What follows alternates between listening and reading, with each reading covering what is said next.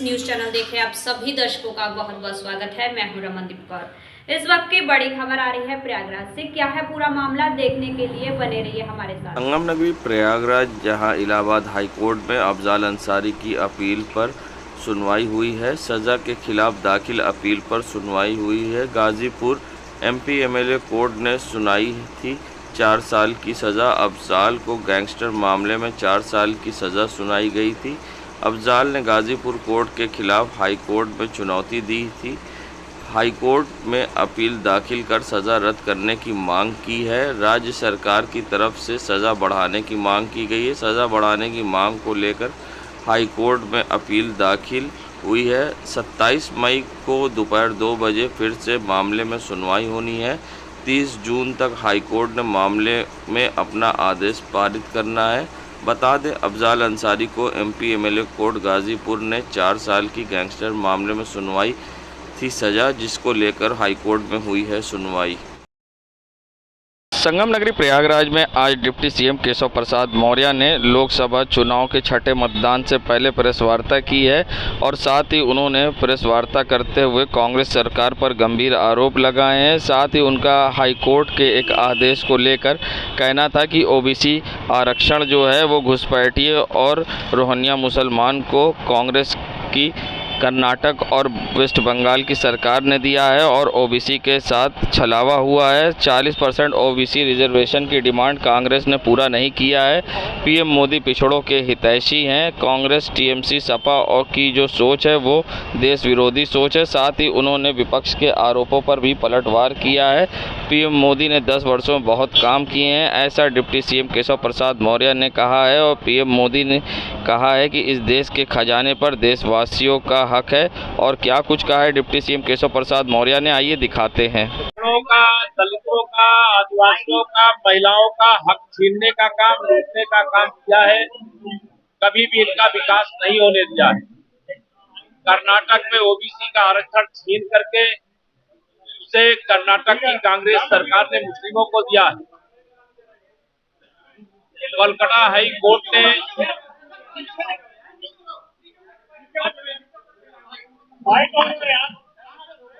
Calcutta high court ने 2010 के बाद से विशेष तौर से ममता बनर्जी सरकार ने जो घुसपैठियों के लिए ओबीसी प्रमाण पत्र जारी किए, उनको रद्द करने का जो आदेश दिया है, उस फैसले का मैं स्वागत करता हूं। भारतीय जनता पार्टी स्वागत करती है और तत्काल इस पर अमल में लाने की मांग भी करती है। और जिस प्रकार से मुख्यमंत्री ममता बनर्जी जी ने कहा है कि मैं हाई कोर्ट का आदेश नहीं मानूंगी, उनका यह बयान संविधान के विरुद्ध है। उनके खिलाफ कार्रवाई होनी चाहिए। भारतीय जनता पार्टी गरीबों का हक नहीं छीनने देगी, पिछड़ों का हक नहीं छीनने देगी, दलितों और आदिवासियों का हक नहीं छीनने देगी। ये भाजपा का संकल्प है। इसके लिए हम संघर्षरत हैं। माननीय प्रधानमंत्री श्री नरेंद्र मोदी जी के नेतृत्व में 10 वर्षों में विशेष तौर से गरीबों के लिए, विशेष तौर से पिछड़ों के लिए, विशेष तौर से दलितों और आदिवासियों के लिए, महिलाओं के लिए जितना काम हुआ है, इतना आजादी के बाद कांग्रेस की सरकारों के समय नहीं हुआ है।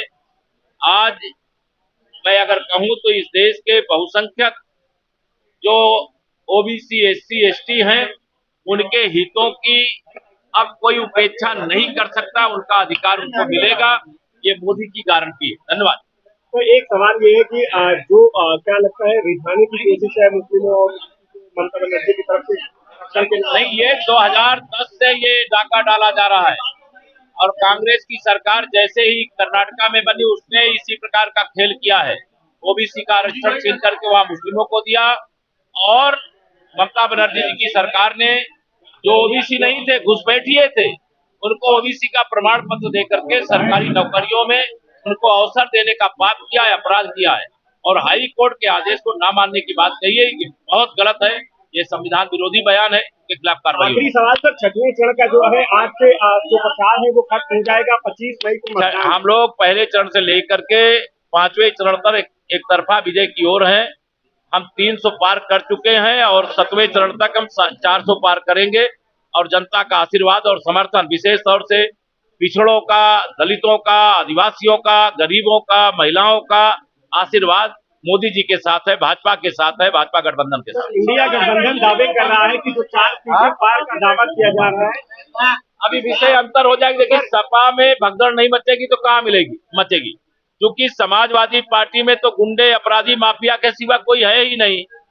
आजकल वह अपना टेलर दिखा रहे हैं कि अभी तो हमारा चुनाव चल रहा है, चुनाव के बाद हम क्या हासिल करेंगे, यह वो दिखाने की कोशिश कर रहे हैं। राजा भैया जो है वो एक तरीके से कोई बात नहीं है, हम लोग राजा भैया जी के समर्थन से नहीं, भाजपा अपने संगठन और अपने काम के बल पर चुनाव जीतेगी। इंडिया गठबंधन दावे कर रहा है कि जो 4 सीटों के दावे बीजेपी या एनडीए गठबंधन कर रहा है वो हवा हवाई है जो है।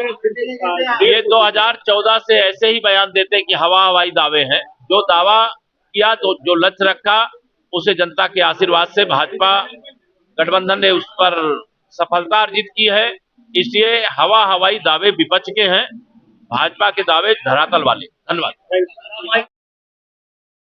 लोकसभा चुनाव को लेकर जहां रेलवे पुलिस द्वारा चेकिंग अभियान चलाया जा रहा है ट्रेनों में, तो ऐसे में ऑपरेशन सतर्क के तहत जहां रेलवे पुलिस को बड़ी कामयाबी मिली है। बता दें, प्रयागराज जंक्शन पर रेलवे पुलिस जहां ऑपरेशन सतर्क के तहत चेकिंग गाड़ियों में कर रही है, तो वहीं राजधानी दिल्ली से राजेंद्र नगर जा रही ट्रेन में जब आरपीएफ चेकिंग कर रही थी तो उसे 3 लावारिस बैग मिले हैं, जिन 3 लावारिस बैग में 48 बोतलें शराब की थी, जिसकी अनुमानित कीमत 55,000 रुपये बताई जा रही है। बता दें, ये लावारिस शराब की बोतलें दिल्ली से राजेंद्र नगर बिहार ले जाई जा रही थी, मगर चेकिंग के दौरान लावारिस बैग मिला है और पुलिस ने सभी शराब की बोतलों को जहां जब्त कर लिया और जब्त करने के बाद उसे आबकारी विभाग के सुपुर्द कर दिया है। बता दें, ऑपरेशन सतर्क के तहत आरपीएफ को बड़ी कामयाबी मिली है। जो शराब तस्करी करके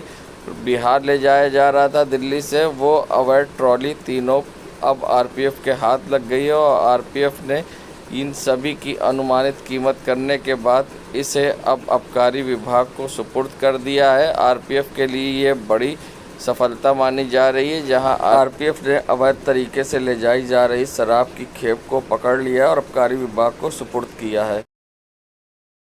संगम नगरी प्रयागराज के शिवकुटी थाना क्षेत्र में उस समय हड़कंप मच गया जब एक बार फिर से शिवकुटी थाना क्षेत्र में बमबाजी हुई है। बता दें, जहां बीते दिनों ईश्वर शरण छात्रावास के पास बमबाजी हुई थी और एक बुजुर्ग राहगीर और एक बच्चा घायल हुआ था, तो वहीं फिर से एक बार अब शिवकुटी थाना क्षेत्र के महदौरी इलाके में युवकों ने बमबाजी की है।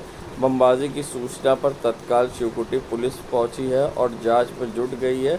बता दें, इन दिनों लोगों में नहीं दिख रहा पुलिस का खौफ, खुलेआम बमबाजी जैसी घटना की बात सामने आ रही है।